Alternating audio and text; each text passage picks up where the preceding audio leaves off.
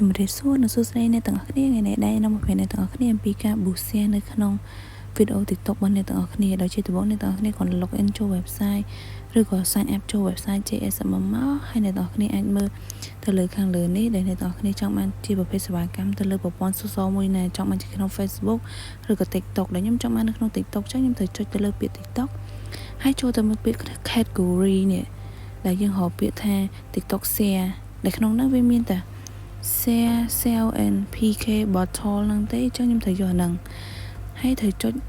ពាក្យ switch នេះតទៀតក្នុងនេះដែរអ្នកទាំងអស់គ្នាអាចអូសមើលទៅក្រោមទៅនឹងអាចនឹកឃើញជា TikTok share អីផ្សេងទៀត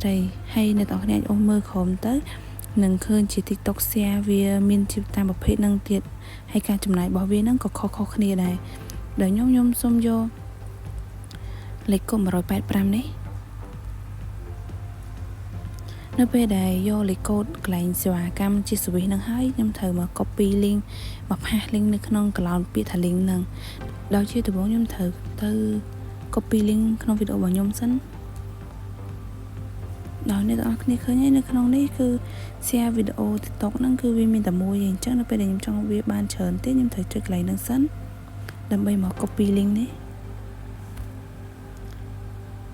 នៅពេលដែល copy link ហើយខ្ញុំត្រូវចូលមកកាន់ website វិញដើម្បីផាស link ដែល copy វិញចូលទៅក្នុងហ្នឹងហើយបន្តមកទៀតខ្ញុំអាចដាក់ចំនួនចូលទៅក្នុងហ្នឹងហើយដោយខ្ញុំដាក់តែ10ទេដោយសារតែវាជាឧទាហរណ៍អ្នកទាំងអស់គ្នាហើយអ្នកទាំងអស់គ្នាអាចឃើញហើយនៅក្នុងហ្នឹងចំនួនគេដាក់ឲ្យយ៉ាងតិចយើងដាក់បាន10ហើយនឹងយ៉ាងច្រើនយើងអាចដាក់បានដល់ទៅ10លានហើយចំពោះការចំណាយនេះដែរគឺវាអាស្រ័យទៅលើចំនួនដែលយើងដាក់នេះដូចជាស្ដែងខ្ញុំដាក់តែចំនួន10សៀនទេហើយក្នុងនេះចំណាយគឺអ្នកទាំងគ្នាមើលទៅអាចឃើញតាមហ្នឹងហើយវាអស់តិចហើយវាដល់អស់តែត្រឹម 0.003 ដង368សេនទេចាំបន្ទាប់ពីអ្នកទាំងគ្នាឃើញហើយអ្នកទាំងគ្នាជួយពី submit នេះបានបន្ទាប់ពីអ្នកទាំងគ្នា submit ហើយអ្នកទាំងគ្នាប្រកាសជាឃើញពាក្យថា your order receive មានន័យថាកម្មវិធីទិញរបស់អ្នកទាំងគ្នាក្នុងសេវាកម្មរបស់យើងហ្នឹងគឺទទួលបានជោគជ័យហើយអញ្ចឹងយើងក៏សូមអរគុណអ្នកទាំងគ្នាសម្រាប់ការតាមដានតាំងពីដើមរហូតដល់ចប់